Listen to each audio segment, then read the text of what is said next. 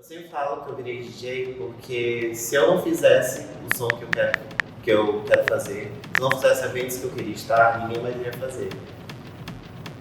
Inclusive, meu nome de DJ é Catacrese, eu sinto que a minha carreira como DJ também é uma catacrese, que é uma palavra que a gente fala, que a gente chama, por exemplo, braço da mesa. Não existe uma palavra própria para o braço de uma mesa, então a gente usa uma palavra para substituir. E eu sinto que minha carreira foi, de certa modo, assim, uma catacrese, tanto na cena, no sentido de que, inicialmente, eu não tinha esse desejo, mas que eu tinha um desejo de estar em um local que eu sentisse identificado de algum modo, que eu sentia que eu poderia me expressar esteticamente, tanto visualmente quanto um som, mas que esse lugar não ia existir se eu não fosse lá e fizesse. Então eu fui lá e fiz os dois do coletivo, né?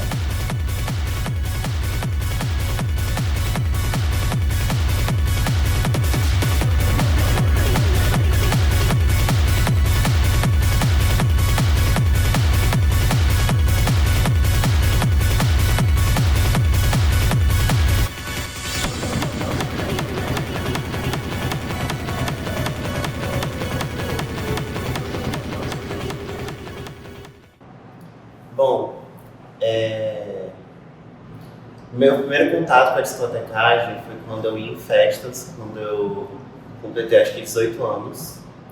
Foi algo que eu sempre quis quando eu era adolescente, ir em festas de público majoritariamente LGBT, porque eu sentia que eu ia ter um senso de comunidade se eu fosse nessas festas.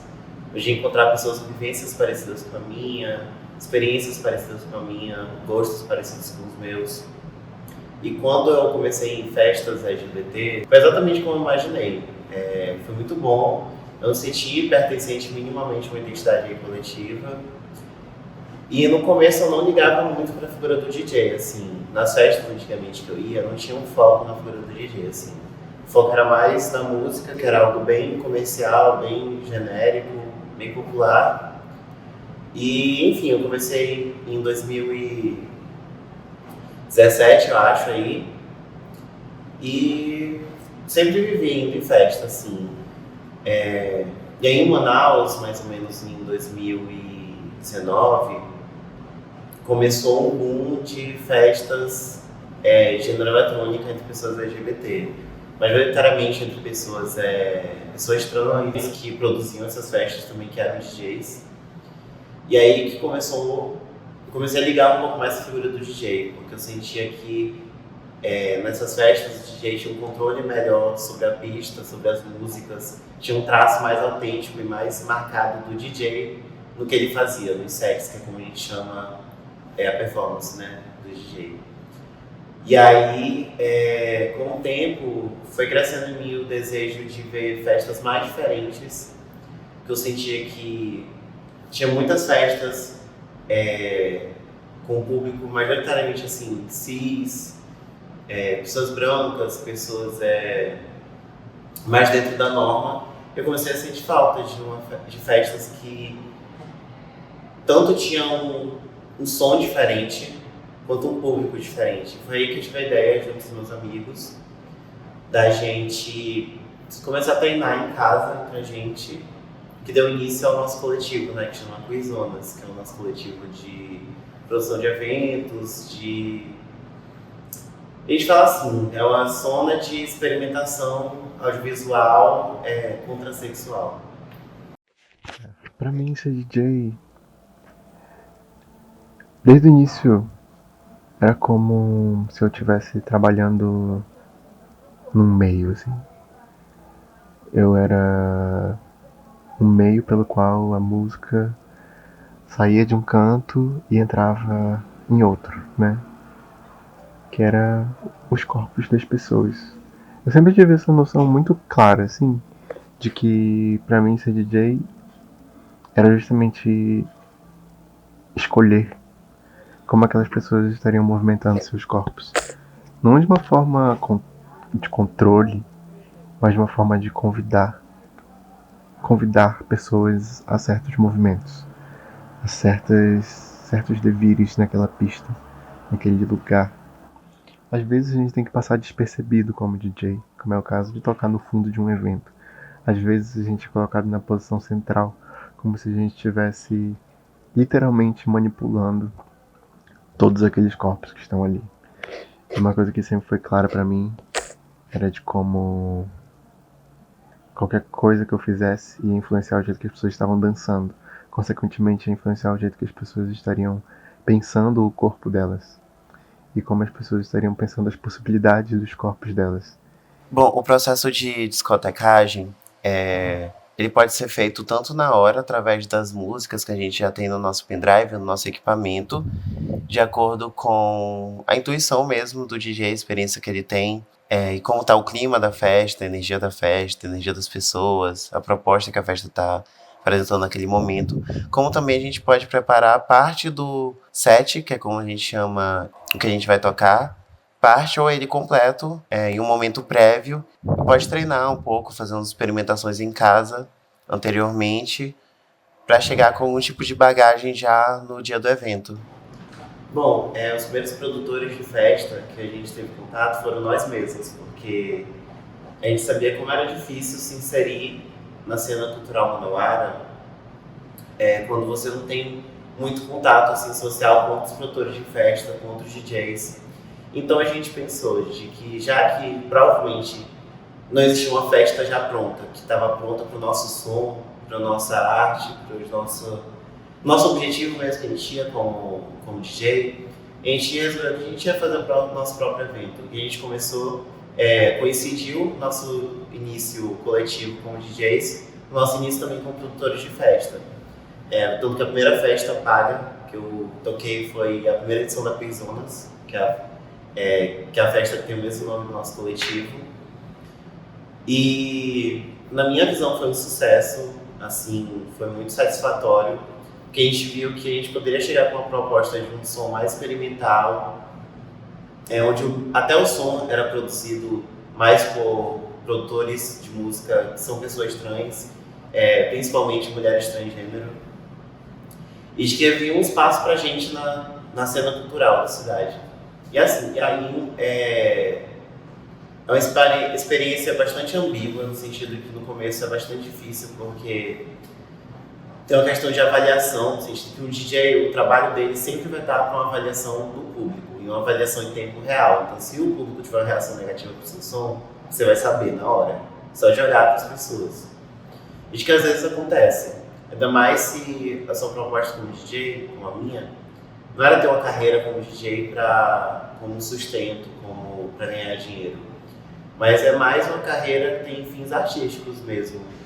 E não só artísticos, como também fins micropolíticos, no sentido de que o meu som, pelas pessoas identificadas com o que eu toco, com quem eu sou, eu estou criando espaços também culturais para elas existirem lá comigo. Quando eu olho, por exemplo, o front da minha festa, que ele é composto majoritariamente, que eu vejo pessoas não binárias, pessoas que me conhecem, amigos meus, eu sinto que a gente cria uma espécie de fissura cultural dos eventos onde a gente está, que são eventos que são feitos para pessoas, com os eventos têm que dar lucro, eles são feitos para públicos específicos e públicos que têm um certo poder monetário como desses eventos. O meu lugar nos line-ups, os eventos da Quizonas, eles são como se fossem fissuras estéticas desse campo cultural, da cena de música, de eletrônica, onde a gente vai criando espaços para pessoas como a gente poderem se expressar, poderem existir mesmo. Bom, aqui em Manaus, primeiro que é muito difícil já conseguir um local, fazer uma festa de público majoritariamente LGBT. Mesmo as festas mais populares, mais, vamos falar assim, genéricas, comerciais, né, de um gosto mais amplo do público, já é difícil conseguir um lugar. Porque a gente sabe que tem uma espécie de perseguição, assim, mesmo política, em Manaus, com lugares que são identificados como do público LGBT. Por exemplo, ter intervenção estatal em locais que são identificados como do público LGBT é mais pesada, tem maior dificuldade de se manter ativos nesses lugares. E segundo, que tem que ter, de certa forma, sempre ter um interesse lucrativo dos próprios locais de ter uma festa que tenha bastante público, né? E como a gente tem uma proposta um pouco mais experimental, E a gente tem um público, por exemplo, o foco do nosso público são pessoas trans, mais especificamente pessoas não binárias. E a gente tem uma ferramenta de acessibilidade para a festa que chama Lista Trans ou Entrada Trans Free. Que no caso, se uma pessoa estiver na portaria, se identificar com uma pessoa trans, ela pode entrar de graça na festa, e pessoas cis pagam. O que já dificulta um pouco de conseguir lucro com a festa. E a gente também tem os gastos com material de decoração, com aluguel dos equipamentos, com também pagamento do cachê dos DJs. Tudo isso gera dificuldades para fazer um evento. E como a gente gosta de fazer eventos, na verdade, gratuitos para o público, é um pouco difícil de conseguir locais que a gente consiga fazer eventos com essa proposta. Por exemplo, esse evento que a gente tem na zona, ele era feito numa rua do centro comercial de Manaus. E era gratuito, só que por diversas dificuldades a gente não conseguiu fazer no outro local. Então a gente estava procurando outro local que estivesse pronto para atender a nossa proposta, não foi possível. E aí, enfim, a maior dificuldade são dessa conciliação entre os nossos interesses e objetivos artísticos, estéticos, políticos, com também os interesses próprios dos locais como estabelecimentos comerciais, né? Eu acho que isso é uma questão com muitas nuances, porque é muito fácil chegar e dizer que ser DJ é um ato político, como ser artista é um ato político, como a gente cai nessas armadilhas de que qualquer pessoa que faz qualquer coisa e diz que é político ou que fala sobre coisas importantes, automaticamente dá um senso de importância assim para aquilo. E esse senso de importância é o que faz, como por exemplo, hoje se tem uma supervalorização da identidade do DJ, da imagem do DJ sobre todas as outras coisas, né?